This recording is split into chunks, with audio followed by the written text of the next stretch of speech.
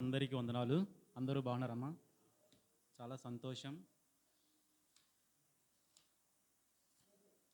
పోయిన ఆదివారం ఏం చదువుకున్నాము? పోయిన ఆదివారం కాదు, అంతకుముందు ఆదివారం. విశ్వాసి నీ బలము ఎవరు? పోయిన ఆదివారము ఇద్దరు వేరే సేవకులు వచ్చి వాక్యం చెప్పారు. ఈరోజు మన వాక్యం యొక్క ముఖ్య ఉద్దేశము తోటి సహోదరుని పైన సనుగుట. సహోదరుని పైన సనుగుట, ఈ మాట పైన ఈరోజు ధ్యానిద్దాము. దేవుని సహాయం కోసం ప్రార్థిద్దాం. సర్వశక్తి గల దేవ, కృపామయుడ, దయగల తండ్రి, మీ శ్రేష్టమైన నామానికి కృతజ్ఞతాస్తులు చెల్లించుకుంటున్నాం ప్రభువా. ఈ మధ్యాహ్న సమయమందు నీ వాక్యం ధ్యానించుచుండగా పరిశుద్ధాత్మ ద్వారా మీరే సహాయం చేసి చేరి వచ్చిన ప్రతి హృదయానికి నీ మాటలు అందించి బలపరచమని మా ప్రభు అయిన యేసుక్రీస్తు యొక్క నామమును బట్టి ప్రార్థిస్తున్నాం తండ్రి, ఆమేన్. సన్నగడం అంటే ఏంటి? మామూలుగా మన భాషలో సన్నగడం, అలగడం కాదు, సన్నగడం,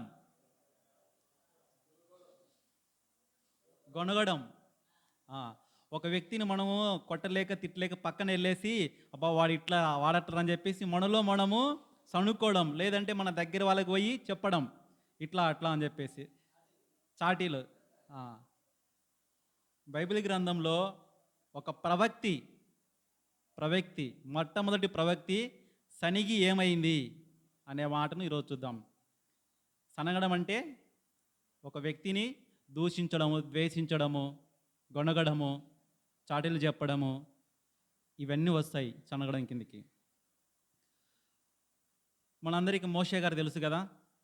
ఎవరైనా మొదటి 5 ఖండాలు రాసింది ఆయనే. ఆది కాండము, నిర్గమకాండము, అంటే ఆయన చరిత్రనే ఉంటుంది మొత్తం. ఆయన యొక్క తల్లిదండ్రులు హమ్రోను, యాకోబేదు. వాళ్ళు ఎంతమంది పిల్లలు? మొట్టమొదటిగా మిరియాము, మోషే యొక్క అక్క. మిరియాము పుట్టిన 7 సంవత్సరాలకు ఎవరు పుట్టారు? అహరోను పుట్టాడు. అహరోను పుట్టిన 3 సంవత్సరాలకు మోసే పుట్టాడు ఐగుప్తు దేశంలో. ఆ కాలంలో ఐగుప్తు దేశంలో మగపిల్లలు ఎవరైనా పుడితే చంపేయమని ఒక ఆజ్ఞ ఉండేది. మగపిల్లలు ఎవరైనా పుట్టినారనుకో బతకకూడదు, వాళ్ళు చంపేయాలనేంత ఆజ్ఞ ఉండేది. కానీ ఈ మిరియాం అనే ఆమె తన తమ్ముడిని ఎంతో ప్రేమించి, ఇదిగో నా తమ్ముడు చస్తాడేమో అని చెప్పి భయపడిపోయి ఒక తొట్టిలాగా చేసి తొట్టిలో పిల్లోని బండబెట్టి నైలు నది, ఆ నదిలో వేస్తే ఆ నది ఇట్లా వెళ్ళేటప్పుడు రాజు యొక్క కుమార్తె వచ్చి అక్కడ ఉన్నప్పుడు కుమార్తెకు ఈ బాలుడు కనపడతాడు.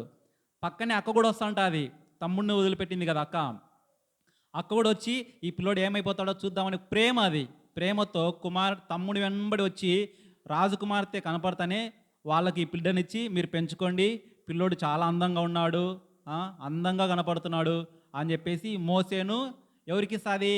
ఫరో కుమార్తెకి ఇస్తుంది. ఎవరైతే మగపిల్లలు పుడితే చంపేయమని ఆకిచ్చాడో ఆ రాజు కుమార్తెకే ఈ మోసేను అప్పచెప్తారు. ఎవరు అప్పచెప్పిందంటే మిరియాము ఆ రోజు కాపాడింది. తమ్ముడి మీద ప్రేమతో అందరిని చంపేయమని ఆజ్ఞించినప్పుడు తమ్ముడు చనిపోతాడేమన్న బాధతో తప్పించి తన ప్రాణానికి అడ్డుపెట్టి కాపాడింది. ఎవరు? మిరియాము. ఎంత ప్రేమతో కాపాడిందో మిరియాము, అంత ద్వేషాన్ని ఎలా తమ్ముడి పైన చూపిస్తనేదే మన వాక్యం యొక్క ముఖ్య ఉద్దేశం. ఆ రోజు ప్రేమతో తన తమ్ముడిని కాపాడుకుంది. తర్వాత మోషే ఏం చేశాడు? 40 సంవత్సరాలు ఐగుప్తు దేశంలో ఉన్నాడు. తర్వాత 40 సంవత్సరాలు తన మామ దగ్గర ఉన్నాడు. 40 సంవత్సరాలు తన ప్రయాణం, అరణ్య మార్గంలో ప్రయాణం. మొత్తం 120 సంవత్సరాలు మోసే చరిత్ర. ఆ 120 సంవత్సరాలు మోసే చరిత్రలప్పుడు ఈ సంఘటన జరిగింది. ఏ సంఘటన అంటే మనం ఈరోజు ధ్యానించబోయే సంఘటన. ఇంతకు ఆ ప్రజలందరినీ నడిపిస్తున్నాడు కదా, నాయకుడు కదా మోసే. ప్రజలందరినీ నడిపించేటప్పుడు ప్రజలు చాలామంది సనుక్కుంటునేవారు మధ్యలో వచ్చేటప్పుడు. ఏంటి మోసే, మమ్మల్ని తీసుకొచ్చేటప్పుడు మధ్యలో మాకు అన్నం లేదు, రోజు ఈ కూరగాయలు తినేవాళ్ళము, మాకు మాంసం కావాలా, మేము ఎక్కువ దూరం నడవలేము, మాకు ఇది. వాళ్ళు స్వేచ్ఛను కోరుకున్నారు, ఎక్కువ గొనిగారు. మేము నడవలేమని ఒకసారి సంఖ్యాకాండము 11వ అధ్యాయము మొదటి వచనంలోనే ఉంటుంది. ఒక్కసారి చూడండి. 11 సంఖ్యాకాండము 11వ అధ్యాయము. జనులు ఆయాసమును గూర్చి సనుగుచుండగా అది యెహోవాకు వినపడెను. యెహోవా వినినప్పుడు ఆయన కోపము రగులుకొనెను. యెహోవా అగ్ని వారిలో రగులుకొని ఆ పాలెంలో ఒక కొనను దహింపసాగెను. చూడండి, వాళ్ళు నడిచేటప్పుడు పైన మేఘం వచ్చేది అడ్డం, వాళ్ళు నడిపించేది. వీళ్ళు నడవలేక ఆయాస పడినప్పుడు మోసే మీద సనిగారు. ఏంటి మోసే, మాకు ఇట్లా ఇంత దూరం ప్రయాణిస్తున్నావు, మమ్మల్ని అక్కడే ఉండవచ్చు కదా, ఎందుకు ఇట్లా నడిపిస్తున్నావు అని చెప్పేసి మోసే మీద సనిగారు. కానీ వీళ్ళందరూ నడిపించేది మోసే కాదు, మోసే వెనుకున్నటువంటి దేవుడు. ఈ సనుగులన్నీ దేవునికి వినపడినప్పుడు దేవుడు వాళ్ళ పైన కోపం తెచ్చుకొని ఒక భాగాన్ని మొత్తం కాల్చివేశాడు. చూడండి, ఇంకా వాళ్ళు ఏమంటారంటే, మాకు ఎప్పుడు ఈ అన్నమేనా, 40 సంవత్సరాలు వాళ్ళకు బట్టలు లేవు, తిండికి తిండి లేదు, అన్ని దేవుడే నడిపిస్తున్నాడు.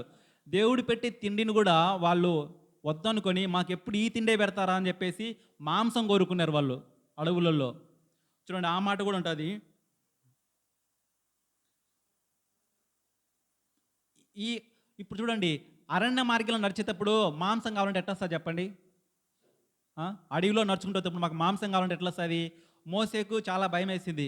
ఇంత 6 లక్షల మంది నడుచుకుంటూ వచ్చేవాళ్ళు, వీళ్ళందరికీ భోజనాలు ఎక్కడ తేవాలా, భోజనాలు పెట్టడమే కష్టం అంటే మాంసం ఎక్కడ తేవాలా అని చెప్పేసి దేవుని దగ్గర మొరపెట్టుకున్నాడు. ఏమని మొరపెట్టుకున్నాడు అంటే, ఇదే 11వ అధ్యాయము 12వ వచనం చూడండి. 12వ వచనం. నేనే ఈ సర్వజనమును గర్భమున ధరించి తినా, నేను వీరిని ఏమన్నా కంటినా, పాలిచ్చి పెంచానా, నేనేమన్నా తండ్రినా, వీళ్ళు నా పిల్లలు ఏమన్నా, వీళ్ళందరినీ నేను ఎందుకు మోయాలి, ఎందుకు నడిపియాలి అని చెప్పి దేవుని దగ్గర మొరపెట్టుకున్నాడు. ప్రభువా, వీళ్ళని నువ్వు చెప్పినప్పుడు నేను తీసుకొస్తున్నాను, వీళ్ళు నా పైన సనిగారు, నా మీద కోపడ్డారు, నేనేమన్నా వీళ్ళకు బాధ్యతగా ఉన్నాను, నేనేమన్నా తండ్రినా అని చెప్పేసి వాళ్ళంతా మోసే దేవుని దగ్గర ప్రార్థించాడండి. కానీ మోసేకు దేవుడు సమాధానం చూడండి, ఈ సమస్త ప్రజలకు ఇచ్చుటకు మాంసమే నాకు ఎక్కడి నుంచి వచ్చేది ఈ అడవిలో అని చెప్పి అన్నప్పుడు దేవుడు చూడండి మాట ఇస్తున్నాడు. 14వ వచనం.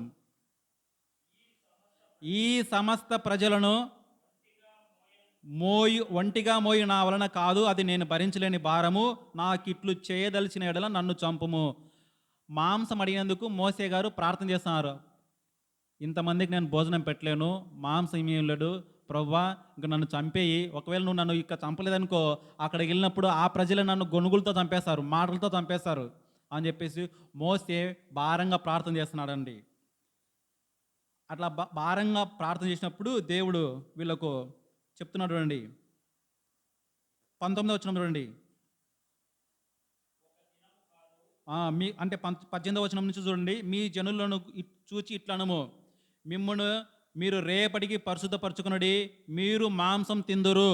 యెహోవా వినినట్లు ఏడ్చి, మాకు ఎవరు మాంసం పెట్టదురు, ఐగుప్తులో మాకు బాగా జరిగిందని మీరు చెప్పుకుంటారు కనుక యెహోవా మీకు మాంసము మిచ్చును, మీరు తిందురు.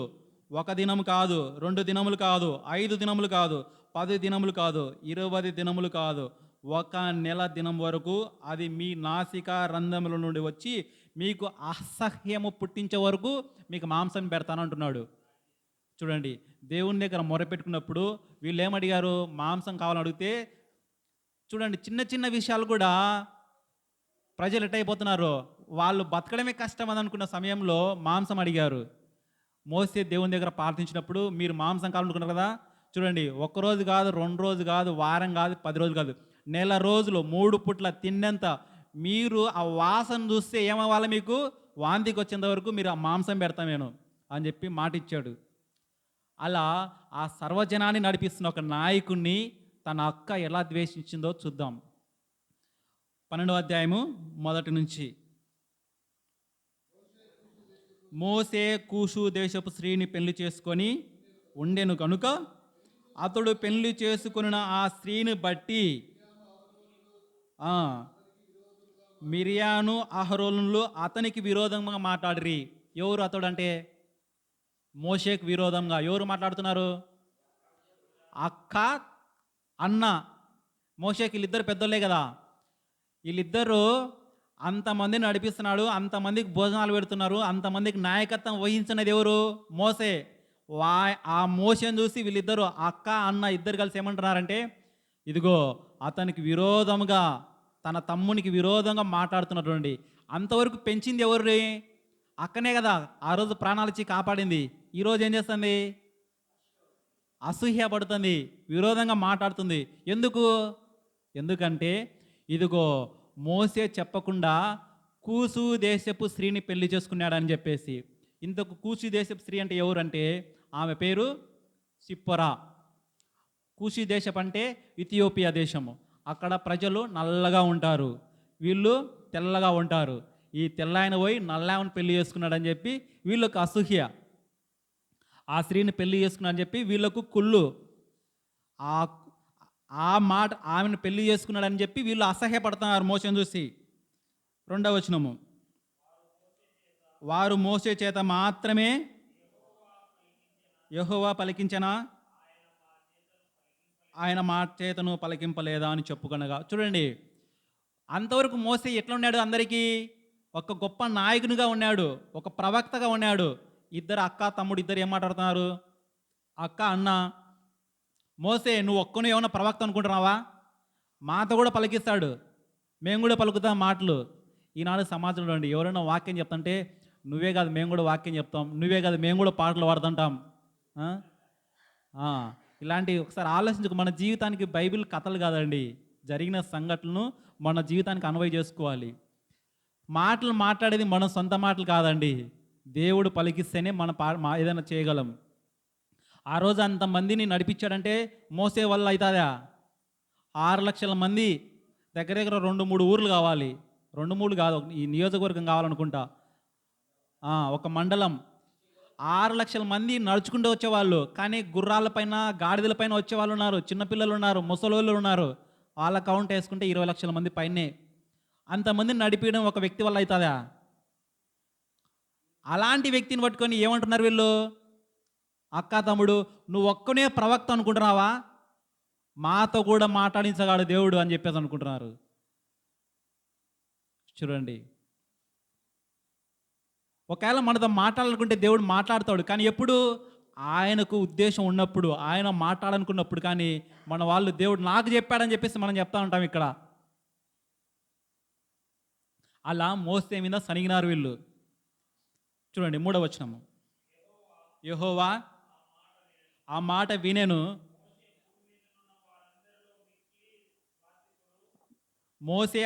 యెహోవా మాట వినను, మోసే భూమి మీద ఉన్న వారందరిలో మిక్కిలి సాత్వికుడు. ఇప్పుడు దేవునికి ఆ మాటలు వినపడతాయి ఉండవా? మనం ఎవరి గురించినా సనుగునామనుకో, దేవునికి ఇష్టంగా ఉన్న వారిపైన సనుగుతే ఇంకా ఆ రోజు ఆయాసంలో నడవలేక నువ్వు గొనుగింటేనే దేవుడు విన్నాడు. అలాంటిది ఈరోజు ఏమైంది? దేవుడు ఏర్పరచుకున్న నాయకుని పైన వీళ్ళు గొనుగుతున్నారు ఇద్దరు. అప్పుడు దేవుడు వినకున్నట్టాడా? వింటాడు. ఈయనే మాట్లాడుతున్నాడు. ఆ మాటలని మాట్లాడుతున్నాడు. చూడండి, మోసే భూమి మీద ఉన్న వారందరిలో ఎలాంటి వాడు? సాత్వికుడు. అంటే సాత్వికుడు చూస్తానే అయ్యా నమస్కారం అయ్యా అని చేతులెచ్చి నమస్కరించే విధంగా ఉంటాడు. అంటే అంత వినయ విధేయతలు కలిగిన వ్యక్తి. ఇప్పుడు కొంతమంది పెద్దలు పోతుంటే మనం ఏమనిపిస్తుంది? మామూలుగానే లేచి వయసులో పెద్దోడు కదా అని చెప్పి నమస్కారం పెడతారు, అది మామూలుగా గౌరవంగా వచ్చేది. సాత్వికుడు అంటే ఆటోమేటిక్గా అసలు నీకు సంబంధం లేని వ్యక్తి కూడా ఆ ప్రవర్తన, ఆ నడవడిక చూస్తానే ఏమనిపిస్తుంది? వందనాలు పెట్టాలనిపిస్తుంది, నమస్కారం పెట్టాలనిపిస్తుంది. ఒకసారి యోబు జీవితంలో కూడా ఆయన వీధులలో నడుచుకుంటూ వెళ్ళేటప్పుడు రాజవీధులలో రాజులు, పెద్దలు, చిన్నపిల్లలు, ముసలి వాళ్ళు కూడా లేచి నమస్కారం పెట్టేవాళ్ళంట. యోబు గ్రంథంలో చూసాము ఆ మాటలు. అలాంటి వ్యక్తిని సాత్వికుడు అంటారు. దేవుడు చెప్తున్నాడు, మోసే నా సాత్వికుడు. యెహోవా మీరు ముగ్గురు ప్రత్యక్ష గుడారముకు రండని హఠాత్తుగా మోసే అహరోను మిరియాములను ఆజ్ఞ ఇచ్చెను. చూడండి, సనిగినారు కదా మోసే మీద. ఎవరు సనియారు? అహరోను, సిప్పరా, మిరియాము అక్క అన్న ఇద్దరు సనియారు కదా. ముగ్గురు రండి నా దగ్గరికి, వెంటనే రండి అని చెప్పి దేవుడు పిలిపించుకున్నాడండి, ముగ్గురితో మాట్లాడాలని చెప్పేసి. అప్పుడు ఆ ముగ్గురు రాగా యెహోవా మేఘ స్తంభములో దిగి ప్రత్యక్ష గుడారం యొక్క ద్వారం వద్ద నిలిచి ఆ, ముగ్గురు వచ్చారండి దేవాలయంలోకి. దేవుడు దిగాడు. ఎక్కడ దిగాడు? మేఘ స్తంభంలో నుంచి దిగి వచ్చినప్పుడు మొట్టమొదటికి ఎవరు రమ్మని చెప్పరు? మిరియాము, అహరోను, మీ ఇద్దరు రండి ఫస్ట్, అక్కడ నిలబడండి అని చెప్పి వాళ్ళతో మాట్లాడుతున్నారు చూడండి. వారిద్దరు రాగా ఆయన, నా మాటలు మీరు వినండి, మీలో ప్రవక్త అయి ఉండినడల యెహోవా నేనే దర్శనమిచ్చి అతడు నన్ను తెలుసుకొనున్నట్లు కలలో అతనితో మాట్లాడుదును. నా సేవకుడైన మోసే అట్టివాడు కాడు. అయ్యా, మీరు అనుకున్నట్టు ప్రవక్త మోసే కాదు. ఒకవేళ ఈయన నేను ఏర్పరచుకునే సేవకుడు, మీరు ఏర్పరచుకునే ఆయన కాదు. మీరు ఏర్పరచుకున్న వాళ్ళైతే మీ ఇష్టానుసారంగా మీరు మాట్లాడతారు. ఈ మీ ఇష్టానుసారంగా మీరు మాట్లాడితే మీతో నేను మాట్లాడుతాను, మీ కళ్ళలోకి మాట్లాడుతాను. కానీ ఈ మోషే ఎలాంటి వాడంటే, నేను ఏర్పరచుకున్న సేవకుడు, సాత్వికుడు అని చెప్పి అతడు నా ఇల్లంతటిలో నమ్మకమైన వాడు అనే ఒక మాట ఇస్తున్నాడు చూడండి. మోసే ఎలాంటి నమ్మకమైన వ్యక్తి అంటే, దేవుడే వాగ్దానం చేశాడు. ఆ రోజు ఐగుప్తు దేశంలో ఉన్నప్పుడు 40 సంవత్సరాల వయసులో ఉన్నప్పుడు తన సహోదరునికి అన్యాయం జరుగుతుంటే రాజు కుటుంబంలో ఉన్న వ్యక్తి బయటికి వచ్చి కొట్లాడి తన సహోదరునికి ఎదురుగా వ్యక్తిని చంపాడు. అంటే తన సహోదరునికి అన్యాయం జరుగుతుందని చెప్పి కాపాడినాడు. అంతమంది జనాంగాన్ని అడవిలో నడిపించుకుంటూ వస్తున్నాడు. అంత నమ్మకంగా నేను చెప్పిన పని చెప్పినట్టు చేస్తున్నాడు. అలాంటి వారిపైన మీ నిందలు ఎందుకు? ఇతడు నా ఇల్లంతటిలో నమ్మకమైన వాడు. చూడండి, ఒక్కసారి మన జీవితంలో ఆలోచించండి. మనం ఏ విషయంలో నమ్మకంగా ఉన్నామో, మనము మన జీవితంలో ఏ విషయంలో నమ్మకంగా ఉన్నామో. దేవుని దగ్గర సాక్ష్యం పొందాడు మోసే, ఇతడు నా ఇల్లంతటిలో నమ్మకంగా ఉన్నాడు అని చెప్పేసి. చూడండి, ఆలోచించుకోండి, మనం ఏ విషయంలో దేవునికి నమ్మకంగా ఉన్నామో. దేవుణ్ణి ఆరాధించడంలో నమ్మకంగా ఉన్నామా? దేవుని వెంబడించడంలో నమ్మకంగా ఉన్నామా? రావడంలో, ఆలయానికి రావడంలో నమ్మకంగా ఉన్నామా? ప్రార్థనలో మనము ఆయన జ్ఞాపకం చేసుకుంటూ ఆయనకు అనుగుణంగా మనం నడుస్తున్నామా? ఏ విధంగా నమ్మకంగా ఉన్నామో ఒకసారి ఆలోచించండి. 7వ వచనం, 8వ వచనం, నేను గూఢభావములతో కాదు. చూడండి, నేను గూఢభావములతో కాదు, దర్శనమిచ్చి ముఖాముఖిగా అతనితో మాట్లాడుదును. ముఖాముఖిగా మాట్లాడలేడు అప్పుడు. సీనాయి కొండ పైన దేవుని దగ్గర ఆజ్ఞలు రాయించుకొచ్చింది ఎవరు? ఈ మోషే గారే. అలాంటి వ్యక్తి గురించి అక్క అన్న ఇద్దరు విరోధంగా మాట్లాడుతున్నప్పుడు చెప్తున్నాడండి, మీలాంటి ప్రవక్త కాదు ఈయన, నేను ఏర్పరచుకున్న ప్రవక్త, నేను ఏర్పరచుకున్న నా సేవకుడు, నా ఇల్లు అంతటిలో నమ్మకంగా ఉన్న ఆయన, ఈయన గురించి మీరు ఎందుకు ఇట్లా మాట్లాడుతున్నారు? ఒకవేళ నేను మాట్లాడాలనుకుంటే అక్కడ ఇక్కడ వాళ్ళతో వీళ్ళతో మాట్లాడను, డైరెక్ట్గా మాట్లాడతాను. అలాంటి ఈ సేవకుడు, నా సేవకుడు, మీరు ఎందుకు గొనుగుతున్నారు అని చెప్పి ఈ మాటలు ఎవరు చెప్తున్నారు? దేవుడే ప్రశ్నిస్తాడు వాళ్ళను. చూడండి, అతడు యెహోవా స్వరూపము నిదానించి చూచును, కాబట్టి నా సేవకుడైన మోసేకు విరోధంగా మాట్లాడుటకు మీరేలా భయపడలేదనండి. ఈ కాలంలో ఎవరైనా భయపడతారా చెప్పండి? సేవకులకు ఎవరైనా భయపడుతున్నారా? ఎవ్వరు భయపడరు. ఈడ ఉన్నంతసేపే చెప్పింది, బయటికి పోతే ఎవరి లెక్కే లేదు. సేవలకు కాదు భయపడాల్సింది, దేవుని మాటకు భయపడాలా. 9వ వచనం చూడండి, యెహోవా కోపము వారి మీద రగులు కొనగా, దేవుడు బాగా కోపం వచ్చింది. కోపం వచ్చిన వెంటనే ఏమయ్యాడు? వెళ్ళిపోయాడు. వెళ్ళిపోయిన తర్వాత ఏం జరిగిందంటే 10వ వచనము, మేఘమును ఆ ప్రత్యక్షపు గుడారం మీద, అప్పుడు మిరియాము హిమము వంటి తెల్లని కుష్టు గలదయ్యను. అహరోను మిరియాము వైపు చూచినప్పుడు ఆమె కుష్టి కలదిగా కనపడెను. ఇక్కడ ఆగుదామండి. ముగ్గురిని పిలిపించాడు, వీళ్ళిద్దరితో మాట్లాడాడు. మిరియాముతో అహరోనుతో మాట్లాడాడు. ఇదిగో ఇతడు నా సేవకుడు, నాకు నమ్మకంగా ఉన్నాడు, ఇతన్ని నేను ఏర్పరచుకున్నాను, ఇతని మాటలకు మీరు ఎందుకు భయపడకుండా అతనికి విరోధంగా ఎందుకు మాట్లాడారు అని చెప్పాడు. చెప్పిన తర్వాత వారిపైన కోపంతో ఆయన కోపాన్ని చూపించాడండి. ఆ కోపం చూపించినప్పుడు ఏమైంది? మిరియాముకు కుష్ఠరోగం వచ్చింది. మిరియాముకి ఎందుకు కుష్ఠరోగం ఎందుకు వచ్చింది? ఈమె సూత్రధారి కాబట్టి. మిరియాము పక్కన అహరోను కూడా ఉన్నాడు కదా, అహరోనికి ఎందుకు రాలేదు? అహరోను భయపడిపోయాడండి.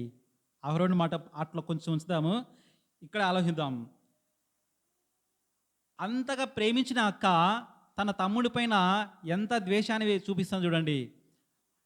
వీళ్ళిద్దరు వచ్చి మాట్లాడుతానంటే ఆమె ఎన్నికల రాజకీయం చేసింటే అది వాళ్ళందరితో, రే మా తమ్ముడు మాకు విరోధంగా మాట్లాడుతున్నాడు, ఇప్పుడు నేను కూడా ప్రవక్తినే, ఆ రోజు నడిపించుకుంటూ వచ్చేటప్పుడు నేను కూడా వాయిద్యాలు వాడాను, పాటలు వాడాను, ప్రవచించాను, మనతో కూడా మాట్లాడతాడు దేవుడు అని చెప్పి ఒక రెచ్చగొట్టే మాటలు మాట్లాడి అందరినీ ఉసిగొల్పి తన తమ్ముడు తొలకొచ్చుకుంది, అహరోనును రండి అని చెప్పేసి. ఈ కథ మొత్తానికి కారణం ఎవరంటే అక్కనే. అక్క అంటే స్త్రీ. అందుకే స్త్రీ నోట ఏ మాట దాగదు, నానదు. ఇప్పుడు ఏదైనా ఒక ఊరికి వెళ్ళేసి ఆ ఊర్లో ఏదైనా విషయం తెలుసుకోవాలనుకుంటే ఎవరు ఎక్కువ చెప్తారంటే స్త్రీలు ఎక్కువ చెప్తారు. మనం కొంచెం అడిగితే ఎంత చెప్తారు? అంతా చెప్తారు ఆ ఊరి గురించి. చెప్తారా చెప్పరా? చూడండి, సొంత తమ్ముడి పైనే అంత నిందలు మోపిన ఆయన ఈమె. అందుకే దేవుడు ఫస్ట్ మొత్తానికి ఏం చేశాడు? ఆమె కుష్టి రోగం అంట. ఎలాంటి కుష్ఠమో చూడండి, మళ్ళీ ఒక మాట. హిమము వంటి తెల్లని కుష్టు గలదాయను. హిమము వంటి తెల్లని కుష్ఠరోగం అంటే, కుష్ఠరోగం అంటే తెలుసా మీకు? చూసారా మీరు? చెప్తాను.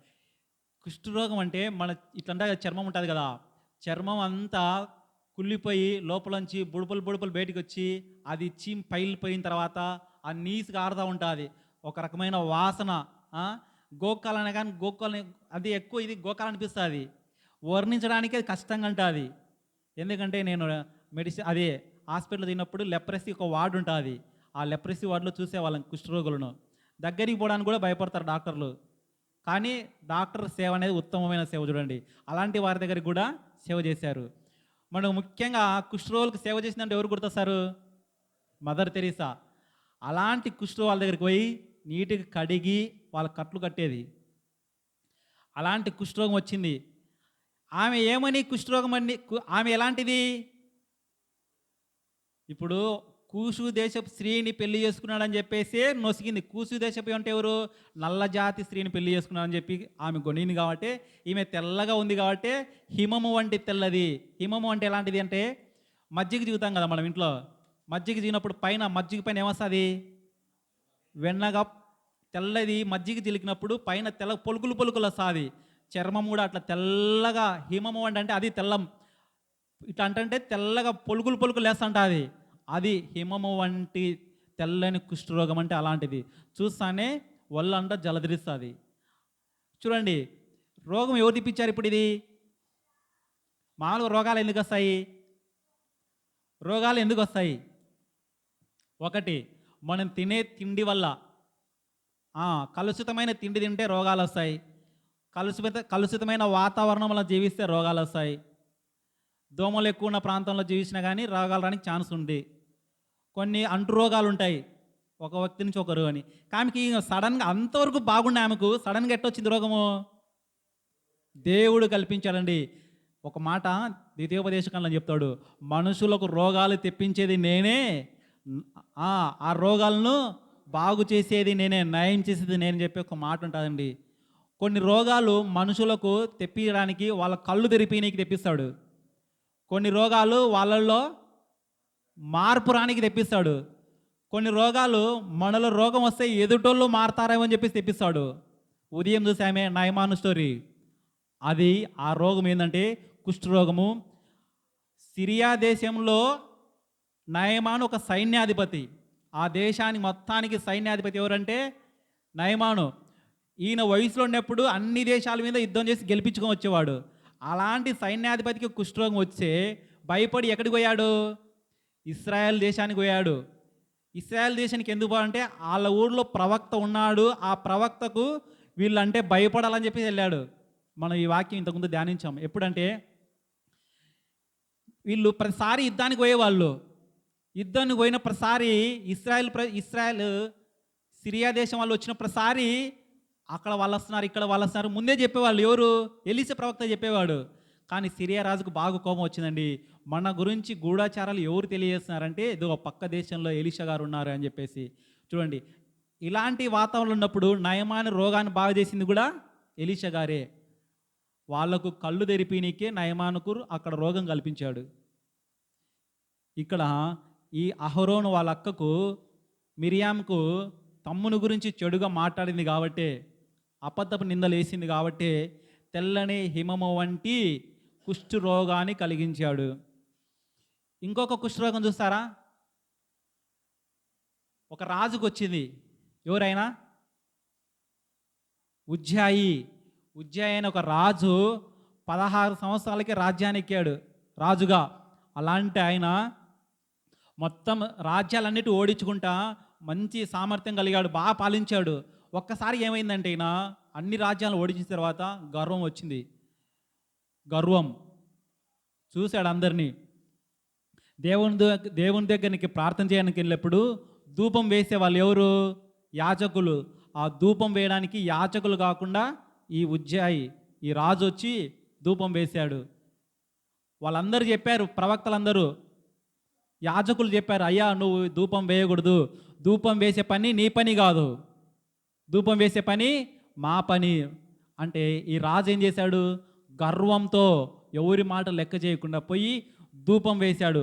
ధూపం వేసింటే ఏమైంది? వెంటనే రాజు కూడా ఏమొచ్చింది? కుష్ఠరోగం ఎక్కడొచ్చింది? నొదటి పైన వచ్చిందండి. నొదటి పైన చూస్తానే ఎవరైనా అసహించుకుంటారు. అంతవరకు వాళ్ళకి రాజుగా ఉన్న వ్యక్తి ఒక్కసారిగా కుష్ఠరోగం వచ్చేటైతుంది. దేవునితో మాట్లాడేటప్పుడు మనం ఎట్లా మాట్లాడాలి, దేవునితో మన ప్రవర్తన ఎట్లా ఉండాలని గమనించుకోవాలి.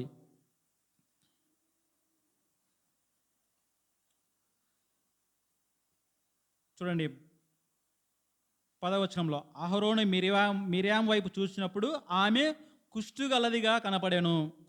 11వ వచనము, అహరోను అయ్యో నా ప్రభువా, మేము అవివేకులము, పాపులమైన మేము చేసిన ఈ పాపమును మా మీద మోపుకము. ఫస్ట్ అక్కకు వస్తానే నెక్స్ట్ ఎవరికి రావాలా? తమ్మునికి రావాలా? అహరోనికి రావాలా? అక్కకు వచ్చిన వెంటనే నెక్స్ట్ ఎవరికి రావాలంటే అహరోనికి భయం పుట్టుకుంది. అక్కను చూస్తానే అక్కకు కుష్ఠరోగం వచ్చింది. ఇంకా ఆయనకు భయం పుట్టుకొని నాకు ఎప్పుడు వస్తుందో, నాకేమొస్తుందో అని చెప్పి భయపడిపోయి ప్రార్థన చేస్తానండి. అయ్యో ప్రభువా, మేము పాపులము, మేము చేసిన ఈ పని మా మీద మోపకు, మేము పాపం చేశామయ్యా నీ ఎదుట, నువ్వు ఎంచుకునే సేవకునితో మేము నిందలు మోపాము, మేము పాపులము, మమ్మల్ని క్షమించు. చూడండి, ఈ జీవితాన్ని మనం కలిగి ఉండాలండి. మనం తెలుసో తెలియక ఎన్నో తప్పులు చేస్తూ ఉంటాం. కొన్ని తెలిసి చేస్తాం, కొన్ని తెలియక చేస్తాం. కానీ ప్రతిదానికి తీర్పు అనేది ఖచ్చితంగా ఉంటుంది. అందుకే దేవుని దగ్గర మనం అడగాలి, ప్రభువా మేము చేసిన తప్పులకు, మా పాపములు మా మీద మోపకయ్యా అని ప్రార్థించాడా లేదా ఆ రోజు అహరోను? ఆ ప్రార్థన విన్న వెంటనే అహరోను ఏం చేశాడు? దేవుడు క్షమించాడండి. అక్కకు మాత్రమే వచ్చింది కుష్ఠరోగము, అహరోనుకు రాలేదు.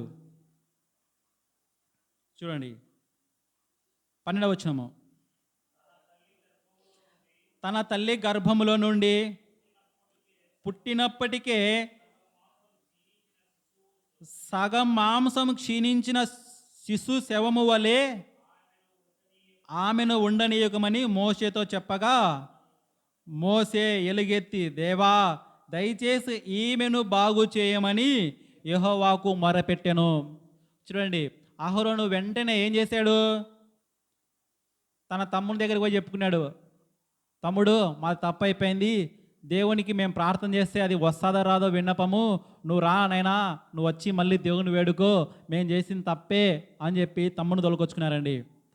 మళ్ళీ మోషే గారు ప్రార్థన చేస్తున్నాడు, ఏమనంటే, తన తల్లి గర్భము నుండి పుట్టినప్పటికీ సగం మాంసం క్షీణించిన శిశు శవము వలె ఆమెను ఉండనీయకమని మోషేతో చెప్పగా, అహరోను చెప్తున్నాడు మోషేకు, మోషే మన అక్క ఎట్లుందంటే ఇప్పుడు కుష్ఠరోగం వస్తే చచ్చిపోయిన వాళ్ళు ఇప్పుడు శవం కుళ్ళిపోతుంది కదా, చనిపోయిన తర్వాత శవం కుళ్ళిపోతుంది కదా, కుళ్ళిపోయిన శవంలాగా ఉంది అక్క ఇప్పుడు.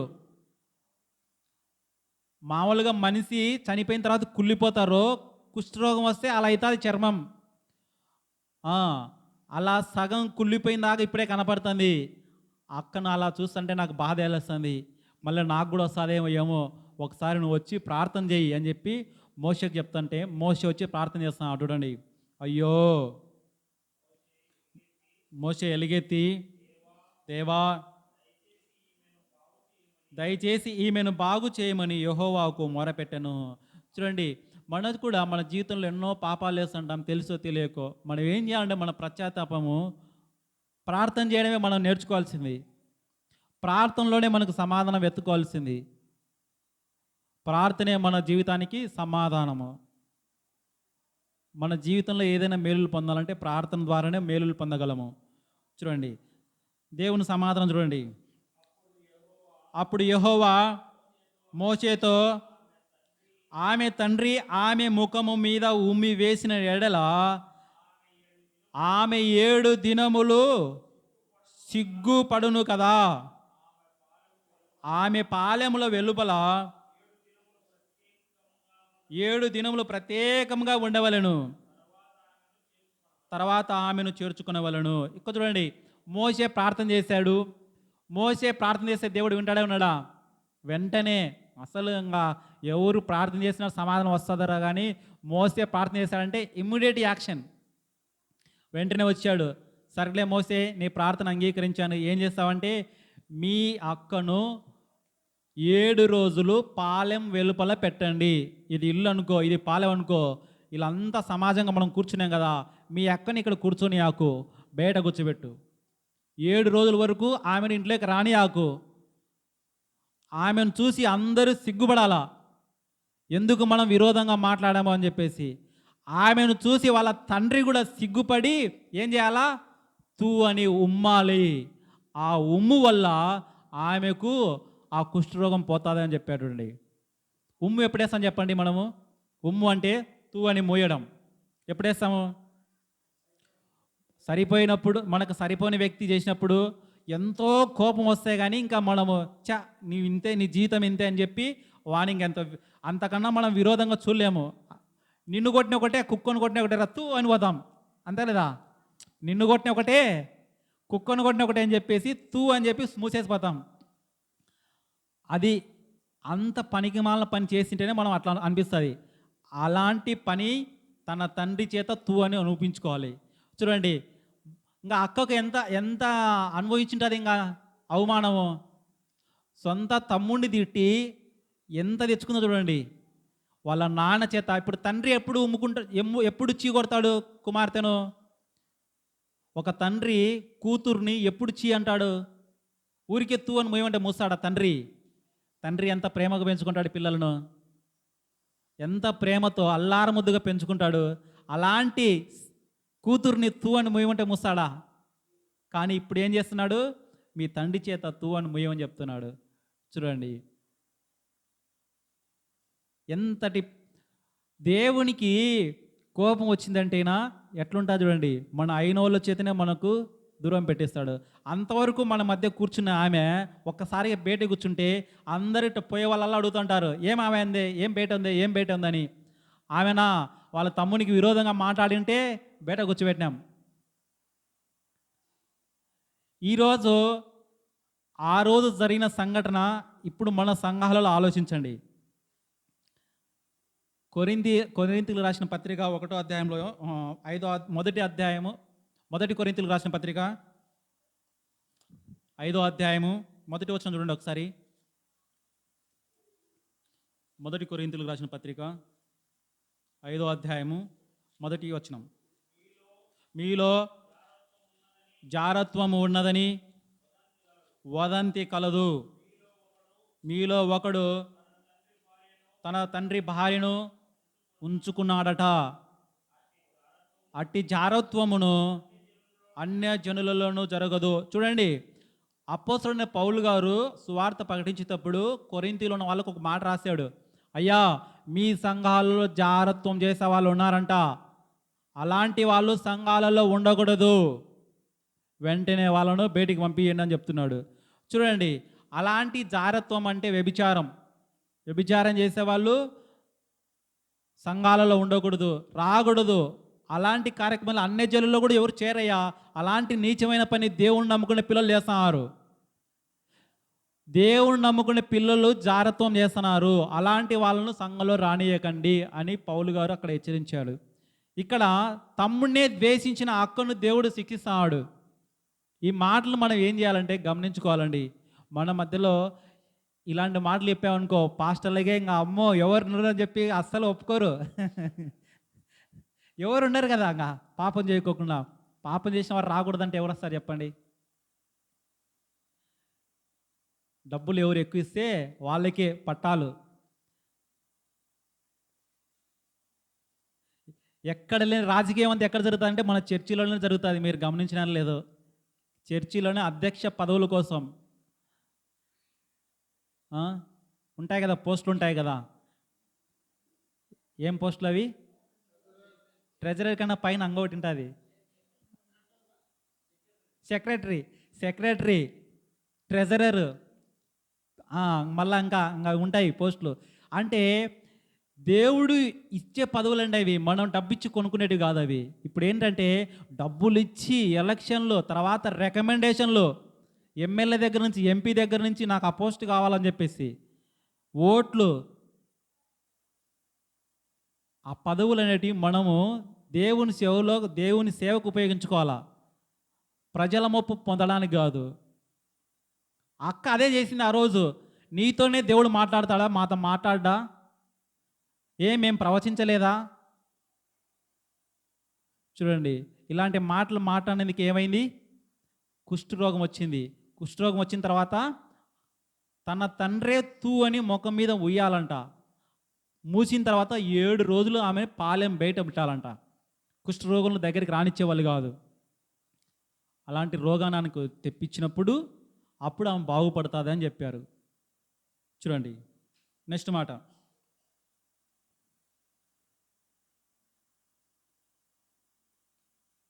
15వ వచనం.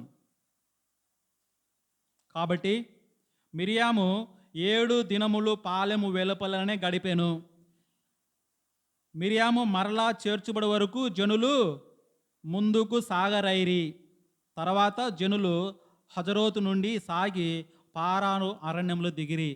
7 రోజుల వరకు మిరియాము బయటంటే ఎక్కడి వాళ్ళు అక్కడ ఆగిపోయారు. ఎవ్వరు ఏ పని చేయనికి ముందుకు పోలేదు.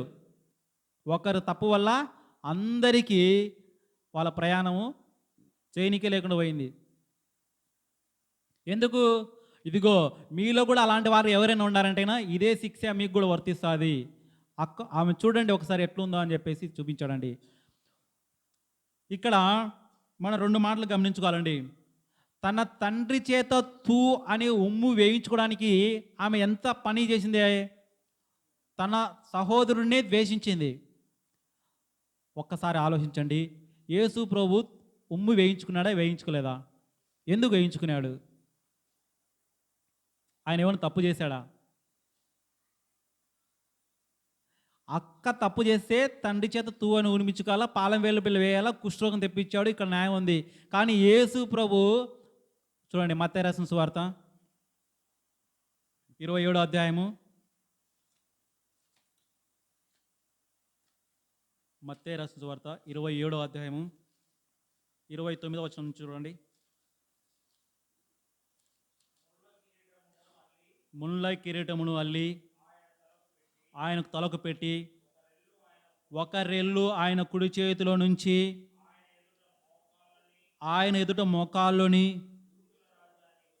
యూదుల రాజా అని నీకు శుభమని ఆయనను అపహసించి ఆయన మీద ఉమ్మి వేసి ఆ రెల్లును తీసుకొని దానితో ఆయనను తల మీద కొట్టిరి. చూడండి, ఆయన మీద ఉమ్మి వేశారండి. ఎవరు వేశారు? సైనికులు, ఎదుటికున్న జనాలు. ఆయన బట్టలు తీసేసి శిలువ పైన ఎక్కించి ఆయనకు ఎదురుగా నిలబడినప్పుడు తూ అని ఊశారండి. అంత చేసినా కానీ ఆయన భరించాడు. ఒక్క మాట కూడా మాట్లాడలేదు వాళ్ళ గురించి. కానీ తూ అని ఉమ్మించినప్పుడే ఆయన ఏం చేశాడంటే, ప్రభువా వీరేం చేయుచున్నారో వీరికి తెలియదు నాయన, వీళ్ళను దయచేసి క్షమించండి అని చెప్పేసి మనం చేసిన తప్పులకు, ఆ రోజు వాళ్ళు చేసిన తప్పులకు ఆయన ప్రార్థనలో క్షమించమని వేడుకున్నాడు. మనకు సరిపోయిన వాళ్ళు ఎన్నైనా మాట్లాడవచ్చు, మనం ఏం చేస్తాం చెప్పండి? సమాధానకర్త నిత్యుడగు తండ్రి దేవుని దగ్గర మొరపెట్టుకోవాలండి. ఏ పాపం చేయని ఆయన ఉమ్మేయించుకున్నాడు. చూడండి, మనము విశ్వాసమే కదా, దేవుని నమ్ముకున్నాం కదా. పాపము చేయొద్దంటే అది మనం చేస్తాం, ఒకసారి చేస్తాము, మళ్ళీ చెప్తాం, మళ్ళీ చేయము, మళ్ళీ చేస్తాము, రిపీటెడ్గా జరుగుతూ ఉంటుంది. జంతువులు రండి, ఒక జంతువును, ఒక ఎద్దు అనుకోండి ఫర్ ఎగ్జాంపుల్, ఎద్దు తను పెంచే యజమానికి లోపడదా? కొట్టి కొట్టి అది పని బాగా ఎద్దును సాగు చేసుకోవచ్చు, జంతువులను అన్నిటినీ సాగు చేసుకోవచ్చు, పక్షులను కూడా పెంచి మనం మచ్చిక చేసుకోవచ్చు. పక్షులు ఉన్నాయి కదా, నెమళ్ళు పెంచే వాళ్ళు ఉన్నారు, పిచ్చుకలు పెంచే వాళ్ళు ఉన్నారు, కుక్కలు పెంచుకునే వాళ్ళు ఉన్నారు, చేపలు కూడా పెంచే వాళ్ళు ఉన్నారు. చేపను కూడా సాగు చేసుకోవచ్చు, అంటే మనం మచ్చిక చేసుకోవచ్చు. పుల్లును, సింహాలను, ఏనుగులను కూడా మచ్చిక చేసుకోవచ్చు. కానీ మనిషిని మాత్రం మచ్చిక చేసుకోలేమంట. నమ్మినట్టే ఉంటాడు, నమ్మకంగా పక్కనే ఉంటాడు, మళ్ళీ మన వెనకనే ఏం చేస్తాడు? గోతులు వస్తాడు. ఏ నరుడు నాలుకను సాధు చేయలేడు. అయ్యా, నరుని హృదయం అన్నిటికంటే మోసకరమైనది. నీ పక్కనే ఉంటాడు, నువ్వు చెప్పినట్టే వింటా ఉంటాడు, నువ్వు వీపిస్తే నీ వెనకనే గోతులు తవ్వుతాడు. అందుకే నరునితో సాహసము ఈ లోకంతో ఇది సాహసం చేయకూడదండి. అంటే ఎవరిని గుడ్డిగా నమ్మొద్దని, అంతేగాని దూరం పెట్టమని కాదు. అతి నమ్మకము మంచిది కాదు. యోబు రాసిన గ్రంథము, యోబు రాసిన పత్రిక 3వ అధ్యాయము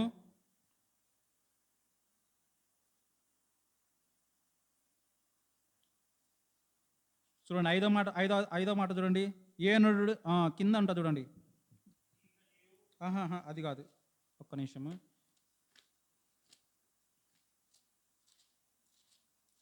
ఏప్రిల్ రాసిన కదా,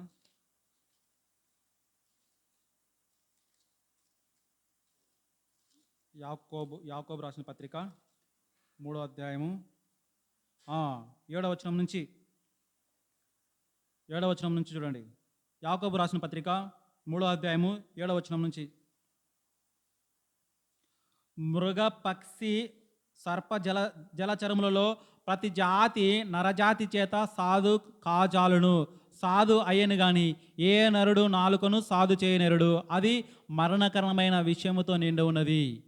చూడండి అయ్యా, భూలోకంలో పక్షులను సాధు చేసుకుంటాడు, జంతువులను సాధు చేసుకుంటాడు, ఆఖరికి సముద్రంలో పెరిగే చేపలను కూడా మనిషి సాధు చేసుకుంటాడు. కానీ మనిషి యొక్క నాలుకను ఎవడు సాధు చేయలేడయ్యా. ఎందుకంటే ఆ నరుని యొక్క నాలుకలో ఏముందంట? విషయం ఉందంట.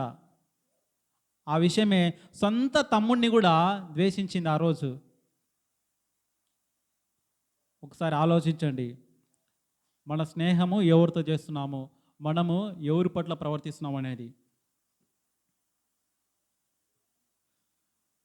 జంతువులు తప్పులు వేసిన, ఒకవేళ జంతువులు కొట్టి ఏం చేయొచ్చు? దాన్ని భయపెట్టే మార్చుకోవచ్చు. మీకు ఒక చిన్న స్టోరీ చెప్తాను. చదువుకునేటప్పుడు మీకు గుర్తుందో లేదో, అక్బర్ బీర్బల్ కథ ఒకటి ఉండేది. అక్బరు బీర్బల్ కథ. ఆ ఊర్లో ఎలుకలు ఎక్కువైనాయని చెప్పేసి రాజు ఏం చేశాడు? ఎలుకలు పోనీకి ఏం చేయాలా? ఎలుకలు తగ్గిపోనీకి ఏం చేయాలంటే రాజు అందరి ఇంటింటికి ఒక పిల్లిచ్చి పంపించాడు. పిల్లులు పెంచుకోండి, మీ ఇంట్లో ఎలుకలన్నీ చచ్చిపోతాయని చెప్పేసి. ఇచ్చిన తర్వాత పిల్లులు మేపాలి కదా అని చెప్పేసి పిల్లులు కూడా పాలు ఇస్తున్నాడు రాజే పిల్లులు పోషించడానికి పాలు ఇస్తున్నాడు అందరికీ. బీర్బల్ ఏం చేశాడంటే ఆ పాలు పిల్లికి పోసేవాడు కాదు, 3 రోజులు 4 రోజులు 5 రోజులు పచ్చి పెట్టి బాగా 5 రోజు తీసుకొచ్చి పాలు ముందర పెట్టాడు. బాగా కాంచి వేడి వేడి పాలు. పిల్లి వచ్చి 4-5 రోజులు తినకపోయేసరికి ఏమవుతుంది పిల్లికి? ఆకలి ఎక్కువవుతుంది. వెంటనే వచ్చి మూతి పెట్టింది దాంతో తాగుదామని. పిల్లికి ఏమైంది? కాలింది. ఆ పాలను చూస్తేనే అది భయపడిపోయింది. మరుసటి రోజు వచ్చి పాలు మామూలు పాలు పెట్టినా కానీ పిల్లి రాలా. ఎందుకంటే ఇవి కాలే పాలేవు అని చెప్పేసి. అట్టా రోజు ఆ అక్బర్ గారు పాలు ఇవ్వడము, ఈ బీర్బల్ తాగడము. ఒకసారి రాజు పిలిపించాడు. అయ్యా ఎలకలు ఎట్లున్నాయంటే అందరు తగ్గిపోయినాయ్యా మా ఊర్లలో అని చెప్పారు. అయితే పిల్లులు తీసుకురాండి చూద్దామంటే అందరి పిల్లులు బాగున్నాయి, పాలు లాగి ఎలకలు తిని బాగున్నాయి. కానీ ఈ బీర్బల్ ఏమైంది? బక్క చిక్కిపోయింది బాగా. ఎందుకు బీర్బల్ నీ దానికి పాలు పోయట్లేదంటే, నాది పాలు లాగదు రాజా అంట. ఎందుకంటే ఒకసారి మీరే ట్రై చేయండి అన్నాడు. రాజు పాలు వస్తాను ఏమైంది? అది మూతి కాలుతుంది, తాగకుండా పారిపోయిందంట. ఏమి ఇది అంటే అప్పుడు రాజు చెప్పాడు, రాజుకు బీర్బల్ చెప్పాడు, రాజా ఇంట్లో సమస్య ఉండే అనుకో, ఇంట్లో సమస్య ఎలుకలు ఉన్నాయని. ఎలుకలు చావనికి నువ్వు పిల్లినిచ్చి పిల్లికి పాలు వస్తున్నావు కానీ అది కాదు పూర్తిగా చేయనీకి. ఎలుకలు తరిమి కొట్టే ప్రయత్నం చేయాలి కానీ నువ్వు ఇంకా బరువు పెంచుతున్నావు ప్రజల మీద. పాల ఖర్చు పిల్లి ఖర్చు అని చెప్పేసి ఈ పిల్లికి నేనే పాలు పెట్టకుండా నేనే పెంచాను అని చెప్పేసి రాజుకు తెలివి తెప్పించాడు. పిల్లి ఏమో పాలు వస్తానే భయపడిపోయింది. అంటే ఇంకా నేను పాలే తాగకూడదు అనుకుంది అది. మనము అయ్యా నువ్వు తప్పు చేయకంటే ఆ తప్పే మళ్ళీ చేస్తాం. తప్పు చేసి దేవుడు శిక్ష అంటే శిక్ష మళ్ళీ అవే రిపీట్ అవుతూ ఉంటాయి మన జీవితంలో. చూడండి, జంతువులను కూడా సాధు చేసుకోవచ్చు కానీ మనిషిని సాధు చేయలేడంట. చూడండి, సనుగుట ఇదంతా దేనివల్ల వచ్చింది? సనుగుట వల్ల వచ్చింది. ఈ సనిగినందుకే ఏమయ్యారు? ఒకసారి సంఖ్యాకాండము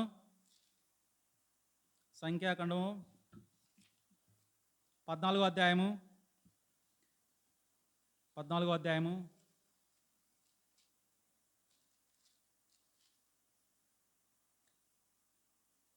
వచనం నుంచి చూడండి. మరియు యెహోవా మోసే అహరోనులకు ఇలాగూ సెలవిచ్చెను, నాకు విరోధముగా సనుగుచుండు ఈ చెడ్డ సమాజమును నేను ఎంతవరకు సహింపగలను? అయ్యా దేవుడు పిలిపించాడండి, అహరోనును మోషేను ఇద్దరిని పిలిపించాడు. వాళ్ళిద్దరికి చెప్తున్నాడండి. ఏం చెప్తున్నాడు?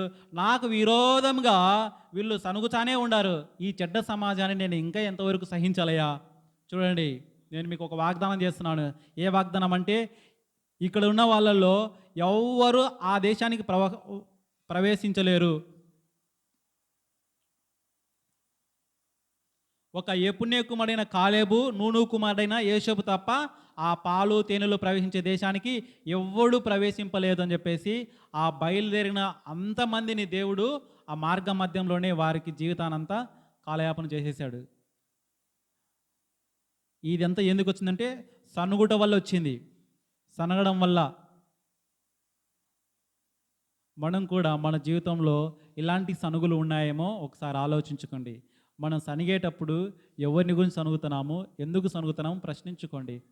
మనం ఏమనంటే దేవుని దగ్గర ప్రార్థనలో పెట్టుకొని మొరపెట్టుకున్నాక ప్రార్థనే మనకు సమాధానం.